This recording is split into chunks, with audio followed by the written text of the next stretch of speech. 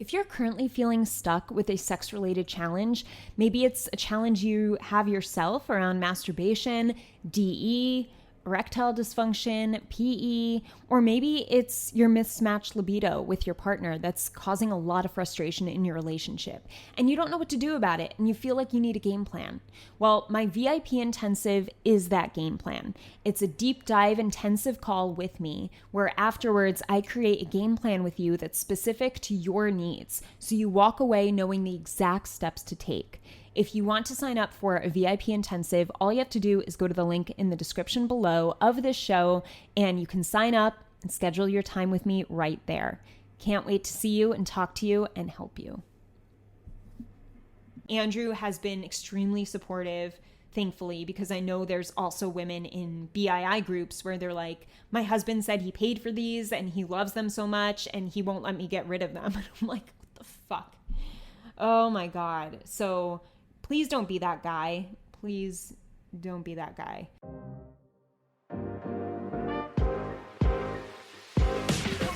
Welcome to What I Love About Sex, where some incredible guests and I, Steph Kanowski, will be bringing you the tools for improving your sex life with topics such as sex issues with your partner, sexual self-confidence, premature ejaculation, sexual shame, masturbation, sharing your fetishes, orgasmic pleasure, and more. Sex is still so taboo, and I personally believe that by improving our understanding and communication skills around sex, we can enhance our own self-pleasure as well as deepening our long-term romantic relationships. So listen in, try to stay open-minded, and let's get started.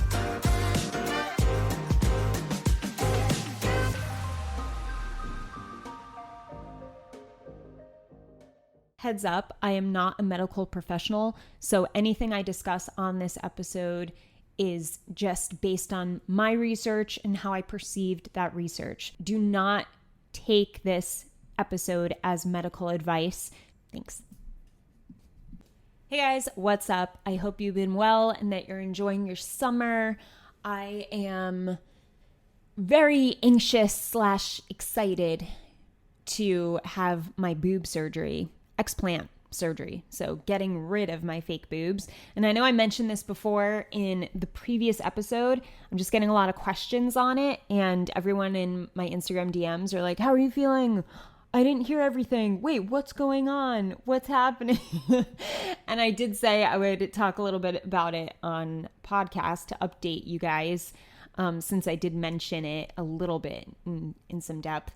I have been struggling with multiple symptoms that just seem to have come out of the blue, to be honest, since October. But I did have a situation where I was laying on my parents' floor when I went to visit them in October, and it was like 2 a.m. and I was crying, like almost scream crying, like in a lot of pain. So I thought I had a cyst rupture, I didn't know if an ovarian cyst ruptured and that's what the pain was, because there wasn't, besides just having my period, I haven't had pain like that since I was a little girl with my period, which isn't normal, by the way. So if you have a little girl or you have a woman who has crippling pain, like literally on the floor, tears streaming, like that's not normal. And I grew up thinking that was normal. So I just thought, oh, periods are super, super painful and they take away days of your life because all you could do is lay down in bed and do nothing.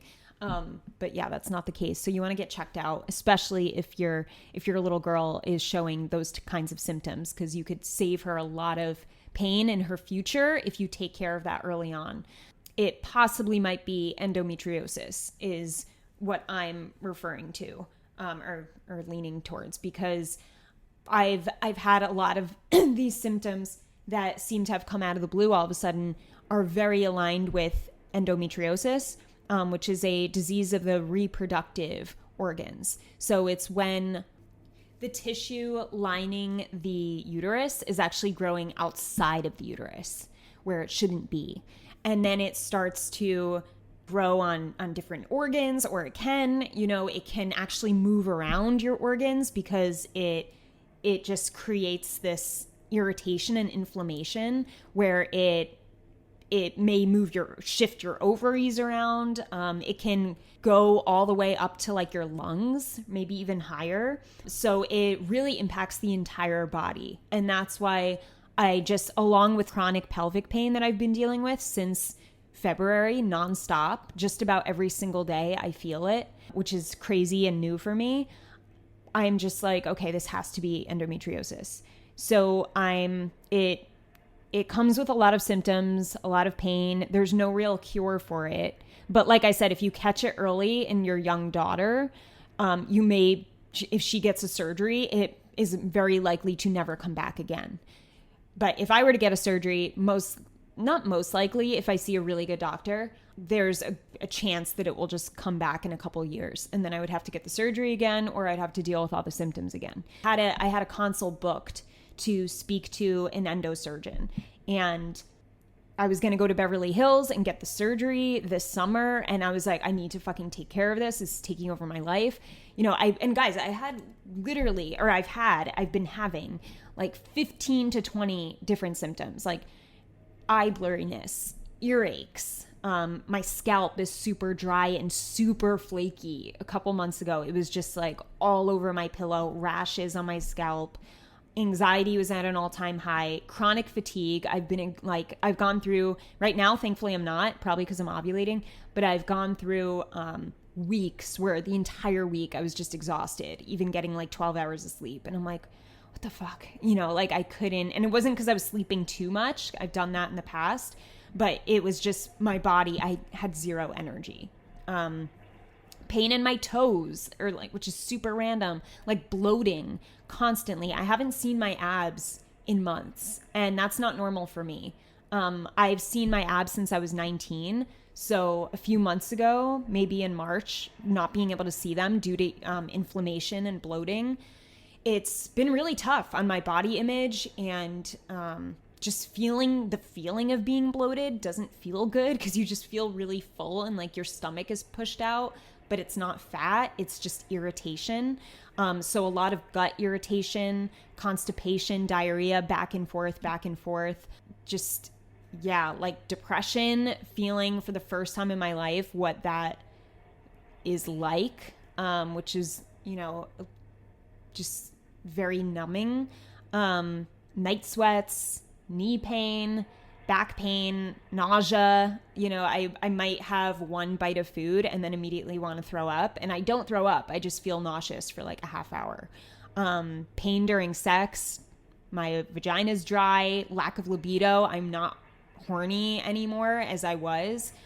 So it's, yeah, just a lot. Like a lot going on. That's not even all of it. I'm just trying to think of some. But yeah, so I'm like, all right, fuck, I need to get this surgery, and I need to take care of this so I can get my life back, because I feel like I can't think. Oh yeah, brain fog is another one. Like I've been on a couple client calls where I just had to ask my client to repeat what he said, because my brain just like couldn't hold on to the thought. And I'm like, what the fuck? Like, what is happening? Yeah, just like doing silly things, just being forgetful. And so where Andrew's like, are you okay? Like, what's going on? So yeah, just a lot. And I had the surgery planned, right? I mean, not the surgery. I had the consult with the surgeon planned for the endo removal surgery. So I was about to have that consult in a week, and I don't know what happened. I went on Instagram and I saw one of the girls I follow. Her name is Lauren Bostic, and she has a really cool brand. I love her business. And so I've been following her for a while. So I watch her stories. She's one of like the 5 stories that I watch. And I go to watch her stories, and she's talking about her explant surgery. And she was like, I'm getting an explant today with this doctor in Austin. And I'm just like, I want to change, but also I've just been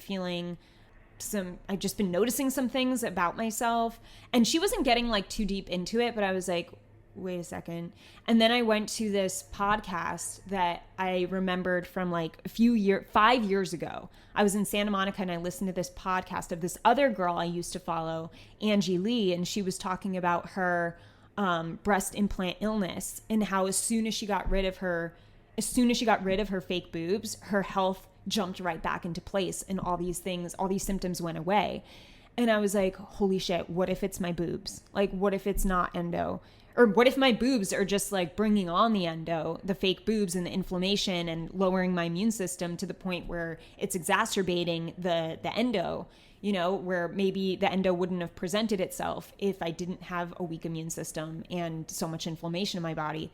So I'm like trying to figure this all out like a puzzle. And I'm like, wait, okay, so I should definitely take out my boobs because that's something that's totally in my control. And once I take them out, they're out, right? Like if I get the endo surgery, once it's out, it could come back. And it most likely will come back if I have inflammation still in my body, AKA the boobs. So I was like, the boobs have to be the first thing that I do to see if it's this. And I start looking up all the symptoms of breast implant illness. And I listen to that podcast from Angie Lee, and she's saying every single symptom that I have that I told you guys. And I'm like, oh my God, they're like the same symptoms. And it's kind of like very similar because apparently they all come on at once. And I just by researching all these women with breast implant illness, they're like, they all come at you at once. And it's crazy. Like you feel like you're going insane because your body in all different ways, it's not like just your digestion, right? It's also your like endocrine system and it's your nervous system. Like I feel nerve pain. It's like, it's different parts of my body. Like some women feel cardio, have respiratory issues. That's the only symptom I didn't have. So being in New York City lately, I was like, all right, I'm not going outside because that's the only symptom I'm not struggling with. Not going to risk it with this Canadian forest fire that's impacting the city. But anyway, so I'm like, fuck. Okay. So the only thing that looks exactly like the endo, that resonates most to endo is the chronic pelvic pain. So I'm like, all right, that's the only one that's not a breast implant illness symptom. But then again, like chronic pain is still a breast implant illness symptom. So it could all be the boobs that are causing this. And I've had my fake boobs for 9 years now. So it's been 9 years. I never had any symptoms until October. That's when things changed. So and maybe to be honest, living in New York, I haven't felt my healthiest. I've been here for 3 years. The first year I got a concussion doing Brazilian Jiu-Jitsu. That took an entire year to heal from. Dizziness, headache, sickness. That was really, really tough. The next year I got staph infection, which is so random. I got it at Equinox. I'm pretty sure I was using a razor there. I cut myself and then, got staph. The staph was not going away. It took 5 months to go away, which is very scary because staph can get to the point where it can kill you. So it's very dangerous. And what's really interesting, I was looking up the infections that are most common with BII, breast implant illness, and apparently staph is the biggest one. So I'm like, okay, that makes sense. Because the doctors I saw 3 doctors and, 2 doctors and 3 prescriptions to get rid of the staph. And then it finally went away. And what's like frustrating for me is the first doctor was like, oh, we'll just go away. Keep like taking this. And it was getting worse. And I was like, it's getting worse. Like it's all over my armpits. Like this is disgusting. Like it's painful. Forget disgusting. It was extremely painful to have staph in your armpit. And I was like, this is not okay. And they're like, just keep taking it. I'm like, so I went to see another doctor and he was like, this is not okay. Like this is like, it should be gone. Like, let's get you on this instead. So he changed the prescription and then he got me to the point of getting rid of it. But it just goes to show, like, you can't trust every doctor. You can't speak to one doctor today. And it wouldn't hurt to see holistic doctors either, because to just be on antibiotic after antibiotic, that's not good for your immunity. You know, I'm no doctor, so don't take any of this medical advice seriously. Just take it with a grain of salt and then go do your actual research is what I'm saying, because I'm just sharing with you my recent experience here, which has been really scary. And it's scary for someone to tell you, oh, you're fine. And then in your gut, you're like, I'm not fine. Something is so wrong. Like, I can't just accept that I'm fine because I know my body and this is not it. Like, this is not normal. So I was grateful to have seen that skin doctor that was actually empathetic and actually told me, no, this is not good. Like, let's put you on this. So yeah, so the staph goes away, and then I have like 6 months where I'm fine. And then that's when I had that pop feeling or in my uterus area where I was at my parents' crying on the floor in October. So then that went away for 2 months. And then in February it came back, and here's where all the symptoms kind of just went crazy. And they've been going crazy and up until this point. So it's been a wild 3 years. I don't think that New York City is my place to be. I don't think my body's happy here. I think it's just too toxic of an environment. And who knows if that's to, if that's because of my breast implants that have caused so much inflammation in my body, and just being in an environment that's so polluted is not helping. It's just making that worse and worse. So I know the environment is playing a factor of being in New York. I know the boobs have to be playing a factor, because just hearing all these women talking about their symptoms that are just like mine, and then as soon as they get them out, within like weeks, they feel so much better and they feel like themselves again, is just bringing me a lot of hope. And I'm just hoping that I don't have any serious mold or heavy metals in my body, or, God forbid, something worse.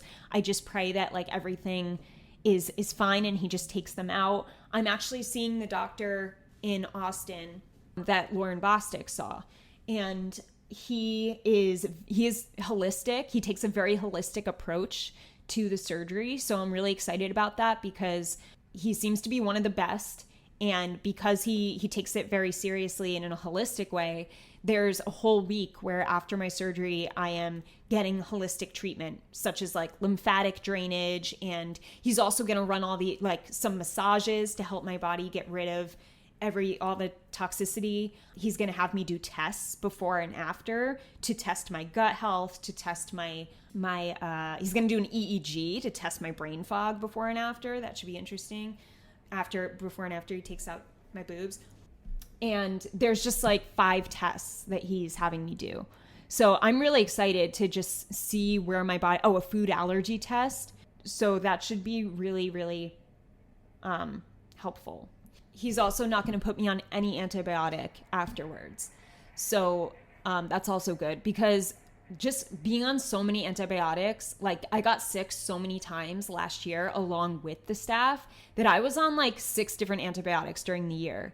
And it got to a point where I'm like, these are like making me feel worse. Like I'm getting all the symptoms now, and like they're ruining my gut. And oh my God, it was just so bad. I just feel like my health took such a wild, like negative turn in the past 2 years. 3 if you include the concussion, but that was, obviously just something that happened. I didn't, that was a mistake. But yeah, so this whole thing has just been such a wild realization of holy shit, why did I even ever think that plastic, like fake objects are good to keep in my body, especially for such a long time. But regardless, like my body is going to fight to get these out. And if my immune system is working hard to fight to get them out, then it can't take care of me in other ways where I need to be taken care of. So it's just really shown me, the truth about, I just have such a strong feeling that it's the boobs at this point. I'm just like, I am so excited. I tried to push the surgery sooner, as early as I could, but the soonest he can see me is the end of August. So I'm just like, oh man, counting down the days. I'm actually going to do 75 hard. I don't know if you guys ever, if you know what that is. There's a guy named Andy Frisella, and he's the founder of the 75 hard program, which is 75 days of a certain challenge. Oh my God, I have a lisp now because I bit the back of my tongue during this episode. I don't know how that happened, but it hurts. Like, fuck. How did I do that? But anyway, the 75 hard challenge is you have to drink a gallon of water a day. You have to remain on a strict healthy diet, so no sugar or junk food or alcohol the whole 75 days, like no cheat days. 2 workouts a day. 1 is 45 minutes outside and 1 is 45 minutes inside. or you could do both outside, but one has to be outside. Read 10 pages of a nonfiction self-improvement book. Take a progress pic daily because you'll notice your body change. And yeah, that's it. Super simple. But my reasoning for doing this is because I've been feeling pretty low, to be honest, like really sad quite often. I've never felt so sad in my life consistently just because of all the body stuff I've been dealing with. And, especially with my sex life, and that's been really hard to talk about sex every day, and to be struggling with my own sex life and my body sexually has been just like really, that's probably the worst things, along with the bloating, not being able to see my abs and feeling my stomach is very puffy and puffed out, which is just not something I'm used to. It's very uncomfortable too. And also the pelvic pain that's every day. It's like very annoying. It's just always there. Nothing, no matter what I take, gets rid of it. So just to be in this situation where I just feel like I can't really push myself physically at the gym anymore because of the lack of energy and the pain and my joints hurting. So it's really taken a toll on like my exercise routine, which has been consistent basically since I was 19.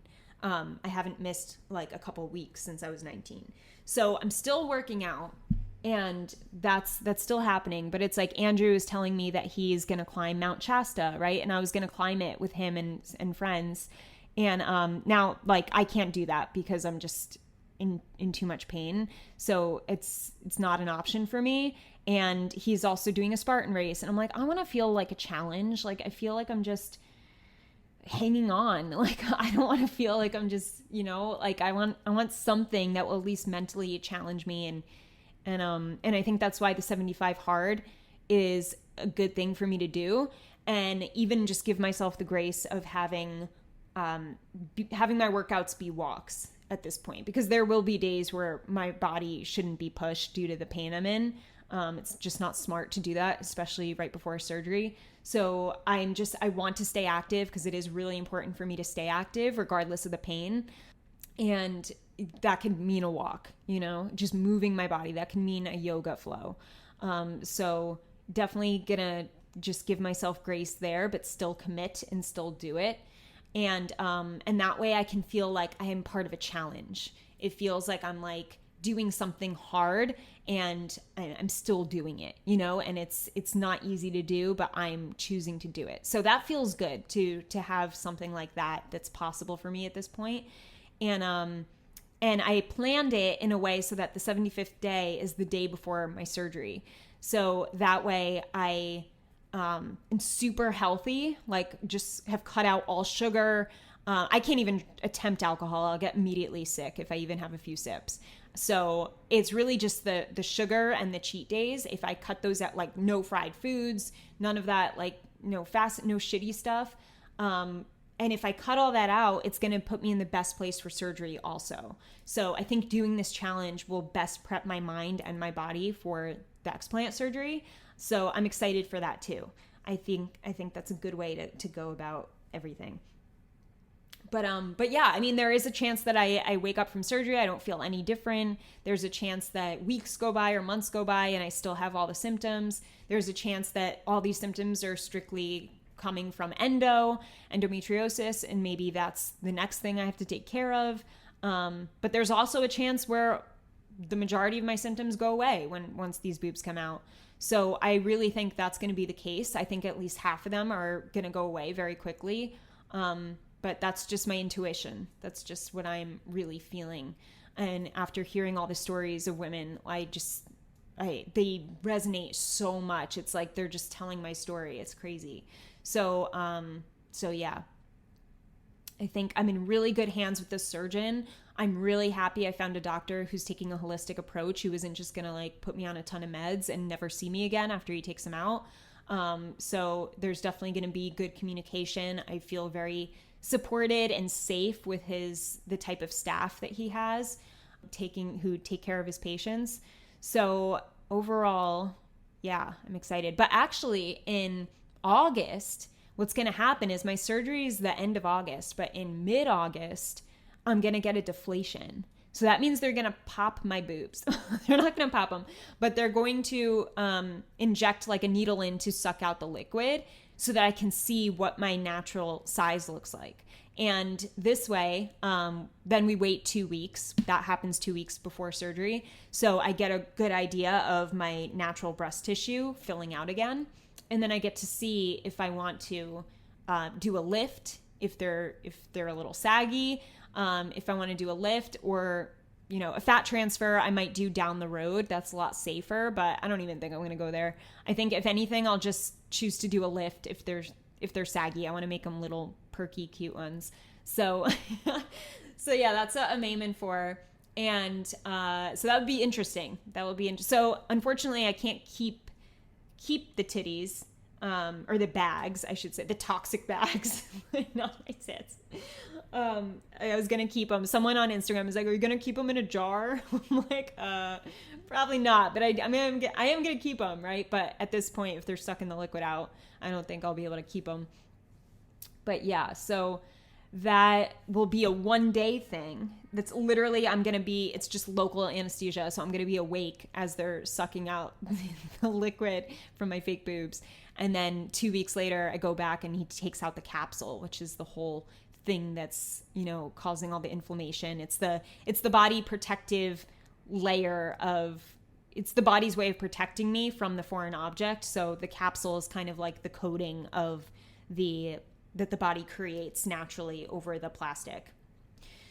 So yeah, very interesting. And then that will take 30 minutes and then I'm going to go right back home. Andrew and I are just going to spend 1 day doing that. So pretty interesting, just crazy. I don't know what to expect. There's just so much up in the air, like in my mind, like, oh my God, what's going to happen? I just want everything to be okay. I just want to be healthy. I just want my health back, and just doing whatever I can at this point to eat anti-inflammatory food, because that's what keeps my gut okay. And I haven't had as much bloating because I finally found foods that are anti-inflammatory for my body. It's hard because even if there are anti-inflammatory foods that you can Google, you still have to see if they work as anti-inflammatory for you, because some of them don't. Like, there are certain foods on there that didn't work for me. So I had to find out through trial and error, like what's working for me right now, what's giving me energy, what's making me feel good versus what's making me want to throw up as soon as I eat it. So yeah, that's also new because I'm just used to being able to eat whatever I want. But I have eaten very healthy the majority of my life, and I will continue that, and I wanted to continue that, but it's just, it's nice to have pizza every once in a while without having to throw up. But yeah, so we will see. I just want to, I'm going to do another episode after this, just informing you guys how I feel once the boobs are out. That way I can solidify that this is actually what's been causing everything. And I just want you guys to be aware that this can happen to your woman or your daughter. Breast implant illness is becoming more and more prevalent and spoken about, and the FDA actually acknowledged it recently in like 2018. So years ago, it was like, oh, that's like nonsense. That's not a real thing. And now they're finding specific cancers that are related to BII, breast implant illness. So you definitely want to do research, have your women do research. And even just looking at some Instagram posts where there's women like, okay, well, it doesn't affect every woman. So, it's speak for yourself, not to me, but I've seen other posts where women are like, I don't think it's like fair to put women in fear when they're not even experiencing symptoms. And it's like, okay, well, I'm mad at myself for not listening to that podcast. Like, I listened to it, but I didn't want to hear it. I didn't want to believe that it was true. And so once a year, I would like go back to it and then be like, I don't want to take them out, but like, oh, this is scary. And then it wasn't until I got all these fucking symptoms that may have brought on endometriosis for me. Who knows? I had to get sick in order to realize, like, I need to take that podcast seriously. And I need to take breast implant illness seriously. So it's just not worth it. It's not worth having to get sick and then have things be irreversible for your body or your woman's body before she decides to get him out, you know, or if she starts getting symptoms, like just let her know, like it could be this, and do the research. Because I've had guys reach out to me after I shared this and they were like, oh my God, this is crazy because my wife, like the last few months, has been feeling sick. Like she keeps getting sick and it's so weird. It's like really random, and she has fake boobs. And I'm like, dude, like this is so many stories. Like they all come on at once. All these symptoms come on at once. I'm not trying to scare you or your woman either, but like I'm just trying to share based on my experience. Like this is, you just have to take it seriously, and you have to be ready to just, I guess, be ready to do it. I don't know what else to say other than I wish I did this so much sooner. I wish I took them out and realized that I don't need toxic bags in my body like to be more feminine. Like that's just not something I need. Am I worried about how I'm gonna look? A tiny bit.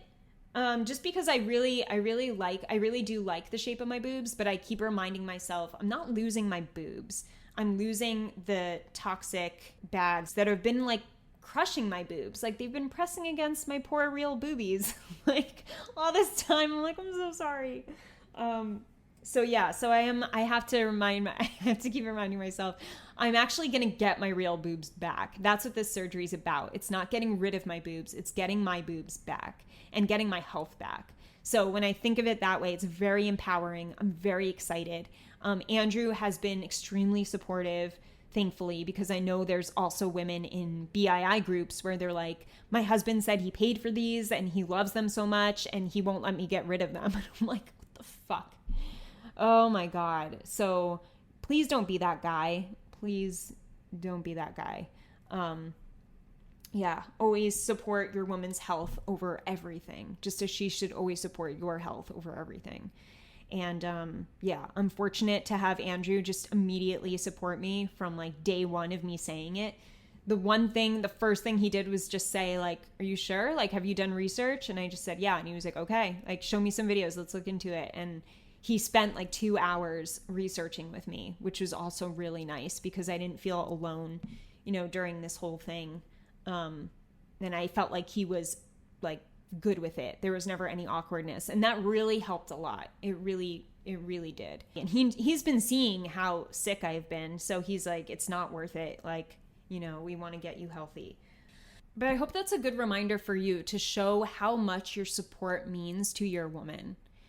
And it's very obvious when you're not being supportive.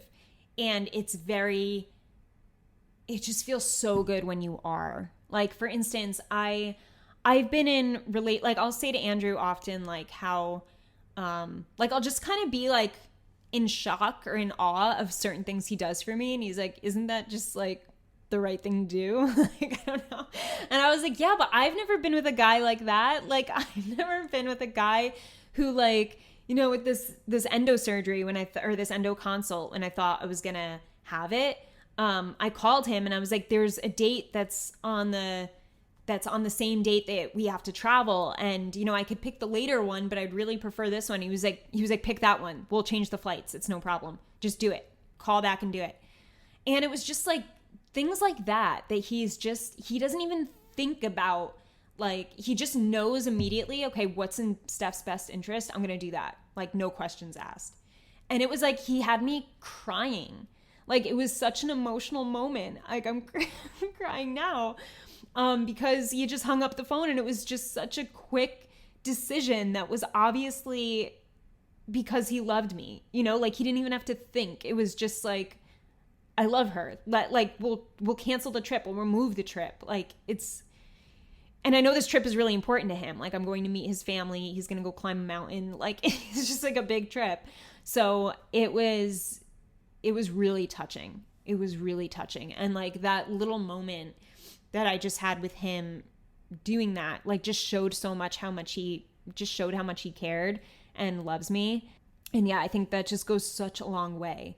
You know, just think about your relationship now and the level of support that you give to your partner and the level of love that you show, and how good it feels when you get that in return, right? And sometimes if we want to get that in return, if we want to get those things, it's a matter of doing it more ourselves.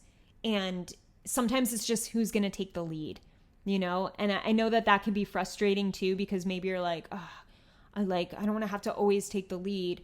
But if you want certain things in your life, or you want to be treated a certain way, or you want to show a certain style of communication more in your relationship, then you either have to show it and lead by example, or you have to directly communicate about it so that your partner definitely understands where you're trying to go with it,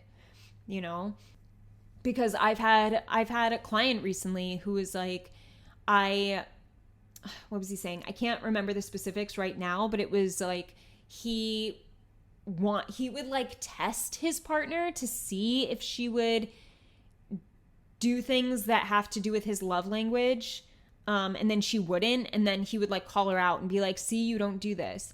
And I'm like, instead of testing her, why don't you just talk to her and say, hey, like, this means a lot to me when you do this, and I would love to see it more. Like, what do you think about that? Or, hey, remember when you did this for me? I felt like your man when you did that. That felt so good. Just to call out specific things that show your partner, hey, this makes me feel really loved. Hey, this makes me feel like your man. Hey, this makes me feel blah, blah, blah. I would love if like this happened more in our relationship, or however you want to say it.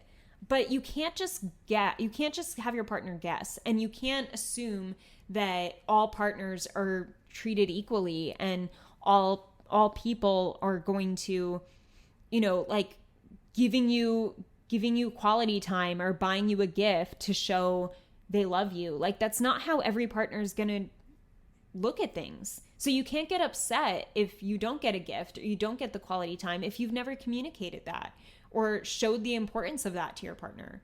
There's too much guessing, there's too much assuming, where it's like, oh, well, obviously that would show they love me, but they never do it. It's like, but have you asked for it? Because there are many different ways to show love. And maybe your partner is trying to show you love in a way that doesn't really resonate with you as love, but it does for them. So they think they're doing the job. But you have to speak up for yourself. Just as our sexual needs are our responsibility, our orgasm and our pleasure is our responsibility. It's your responsibility just as much as it is hers. We can't put our partner in control of that, because only we know what our body wants and what our body needs in the moment, and how we want to be touched, and how long we want to be touched for, and what we want to be touched with. Like, if we don't share that stuff, it's not fair. And we can't blame our partner for that. We have to look at our communication and see how direct we're being. So yeah, just a reminder that your support means everything to her. And if she's not supporting you, if she is, show her appreciation for that, so that you guys do keep your support strong. Like with me and Andrew, I'll say to him, like, that was so nice. Like, oh my God, thank you. Wow, that's so nice. And he's just like, okay, you're welcome. He doesn't see it a big deal sometimes, but he realizes how important it is to me. So he plays along, right? And if you're not feeling supported, then I encourage you to first do a reflection and ask yourself, have I been doing my best to communicate what I need? And has that been clear in my communication? And if it has been clear and it's been frequent, then bringing it up to your partner is really important. Just flat out and saying, hey, I really haven't felt supported by you lately. It would really help if you checked in with me maybe like twice a week and just said, hey, babe, how are you doing? That would make me feel supported. See how direct that is? And some people, when I share this type of advice, they're like, well, that's so awkward. And that's like, they should just love me enough to just do that.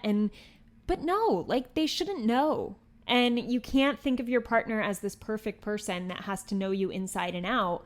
And in fact, it's a good thing when they don't know you inside and out. It means you guys have so much more to learn about each other and you can grow so much more. You know, that's why it's important to keep your own life and have things that are important to you that you can then go to your partner and share with.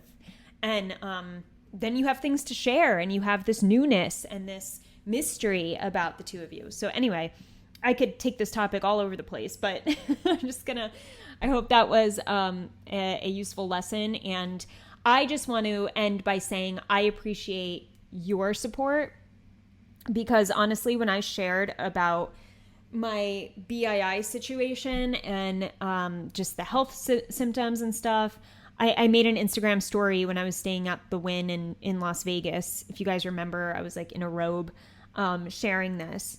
And I was a little embarrassed to share it. I'm embarrassed to put out this podcast, to be honest, because it's just like, so it just feels so personal. But I also know it's important to share, and it's healing to share. And just to let you guys know, you know, you guys have been so supportive of my work, and it seems like a lot of you do care about what's going on with me. So when I'm not showing up for days at a time, you know, I feel like it's my duty to explain that. Yeah. So I just wanted to share that with you. And when I did share that day at the hotel, I was expecting like maybe a lot of jokes about my boobs, like, oh, don't get rid of them, blah, blah, blah. Like, not a lot of it. I was expecting that, and I knew that would get to me and that would like be hurtful. But like there was only one comment that was joking around like that, and the rest were just super nice. Like super, oh my God, getting emotional again. Just really, really nice messages. Like messages where I'm like, oh my God, like why do they care so much? And I'm just like, this is so nice. Oh my God. So I felt really loved. I really did feel loved and appreciated with all of your messages. And I really, truly mean that. So I appreciate your support. And I feel like I've just been feeling so weak lately. And that day, just reading all of your comments on Instagram after I shared made me feel so strong. And like, it just made me feel like healing is going to come my way and it's going to happen quickly. And yeah, it was just really, really nice. So I just want to end with a thank you, because your support means everything to me. And especially around this, what I'm going through right now. So yeah. All right. I'm going to sign off before I start bawling my fucking eyes out. Love you guys. Thanks for listening, and have an amazing morning, evening, or night, wherever you are in the world. I'll talk to you soon. I hope this episode helped you. If it did, I would love for you to leave me an iTunes review. It would mean the world to me. You can also screenshot your favorite episodes and tag me on Instagram at Steph Ganowski. And before I go, remember, your sex life is as good as you make it out to be. Until next time.